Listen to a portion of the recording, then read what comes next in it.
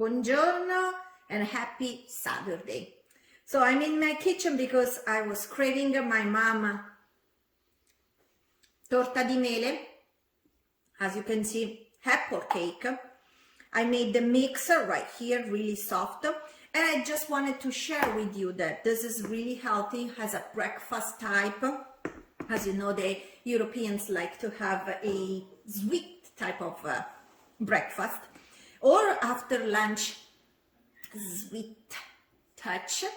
And I wanted to share what's my secret. So the apple that normally you would put on top and decorate all around, making a cute shape like something like I'm doing.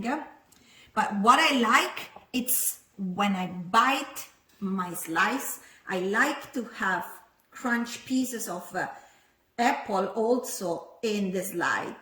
So what I'm doing is pushing pieces of apple inside the mix. Look at this. And then when pretty sure I covered all the inside, I will start to lay around all the apple slices to decorate the cake. Final touch will be brown sugar. And then enjoy. See you next time from Bellangela Italian Cuisine.